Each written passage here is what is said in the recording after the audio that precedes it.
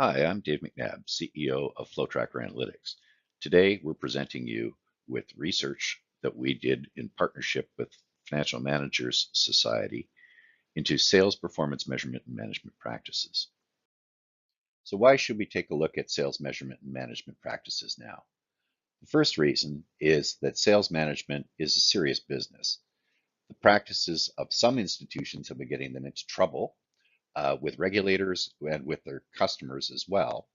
Whereas done properly, good sales management practices should be aligning growth goals with the goals of your members and customers. The second reason is that the data landscape has changed. Both the availability of data and the availability of technologies to access that data and understand it give us an opportunity to have brand new sales management metrics that are much more customer centric than ever before. All of the analysis that you're about to see is based on the research survey that was sent out by Financial Managers Society and FlowTracker Analytics. We were pleased that the respondents were reflective of the normal distribution of the industry's institution size and market served. The type of institutions responding was primarily banks, but we also had decent representation from credit unions and thrifts. Our first question to the respondents was, what is your strategy focus over the next couple of years? 53% came back saying we had a balanced growth objective. Almost a third were looking at loan growth as a primary, and 12% were responding with deposit growth as being the primary focus. This is interesting because what we are found in comparing the focus of the strategy to the return on equity that's being realized by the institutions, there's a very big difference. And the difference is that a balanced growth strategy is far more profitable. The reason for that, of course, is that if you have excess of loans or deposits, you're in the commercial markets, which have less spread being realized. Next, we asked people, how are you going to realize that growth strategy? And the vast majority of respondents came back by telling us they weren't going to increase revenue by cross-selling.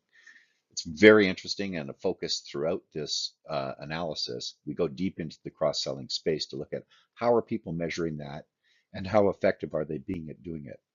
We're also pleased to note that the impact of risk management has finally taken a back seat to growth, and that's very encouraging for the industry.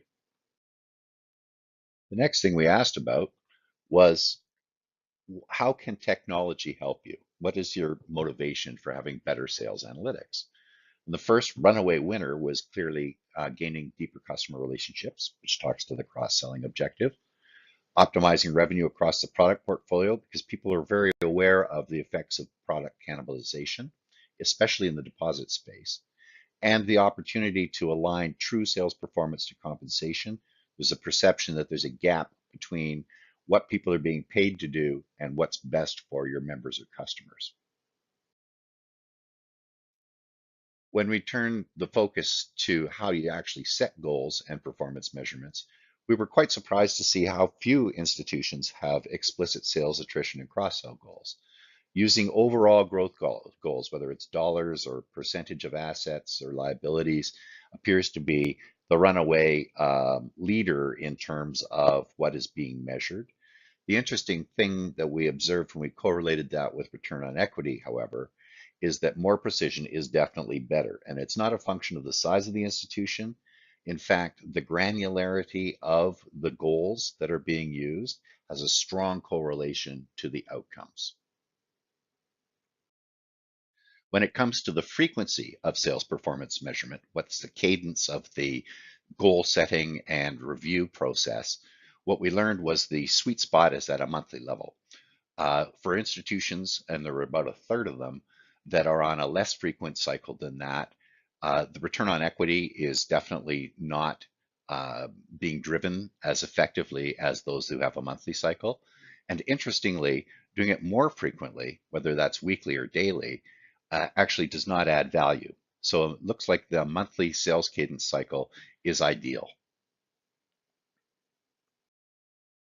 Most of the responding financial institutions advised us that they do in fact use incentives and compensation to try and drive sales, with almost 2/3 of them using some form of variable compensation plus salary.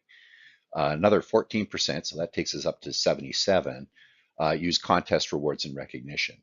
Whereas the return on equity and return on asset impact of these compensation schemes is not obvious. What we want to draw attention to here is that if you're using incentives, it's got to be tied to the right metrics. We need to be careful and beware of the behaviors your incentives are encouraging. So what are those metrics that are being used? The prevailing one is sales, not surprisingly, however measured. We want to caution on that because sales often includes the product substitution effects that occur when, for example, a client moves money from a money market account to a CD or a CD to a money market account. Those are not real sales, those are product substitutions.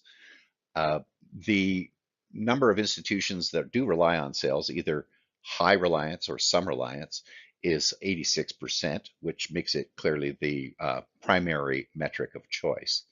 What surprised us in the response here was on the attrition and cross-selling front. On attrition, 14% of reporting institutions were able to place a high reliance on their metrics, and only 8% could place a high reliance on their cross-sell metrics. Interestingly, cross-selling was identified as being the primary driver of strategic growth for the people responding to this survey, yet almost 90% of them have a challenge with measuring cross-selling. It's time that this was fixed. So how good are these institutions at reporting their KPIs? What we discovered was that there are pretty large gaps in terms of the capability of most of the reporting financial institutions. The majority, in fact, are providing analysis on an ad hoc basis using spreadsheets, that kind of thing. Fully automated sales management systems are, in fact, rare. But there is a significant number of institutions that are considering investing in increasing their capabilities. This is indicated by the green area there, where they have some capability, but it's not yet complete. So there is a drive on to update and improve sales management capabilities, and we think the time is now for that. So we see a pattern here. Cross-selling is the primary growth driver. Being able to measure cross-sells is very limited. The opportunity to use technology has been identified as being a useful thing, but has not been implemented fully in most of the institutions. Why is that? So when we asked them about what do you perceive as the barriers, what the respondents came back with was it's about data and it's about technology. The ability to access the data, or the data is not available. Even finding a technology solution appeared to be a challenge to many of the institutions. What we know is from our business practice is that this is all about perception.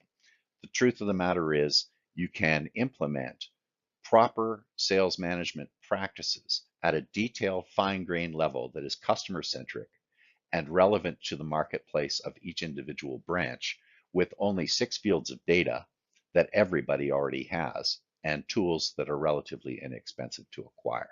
So we found this to be quite surprising, that the barriers to utilizing sales analytics are actually a perception barrier. It's time for people to look at what's available in the marketplace and understand that if you want to change, you can.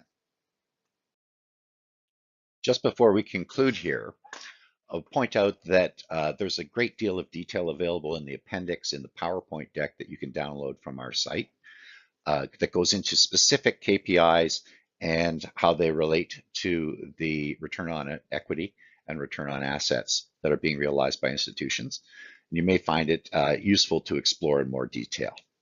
Summarizing what we have shown you today, there's a large gap between strategy and capability related to cross-selling. Fact is, 80% of balanced growth comes from existing customers. 62% plan to grow by cross-sell.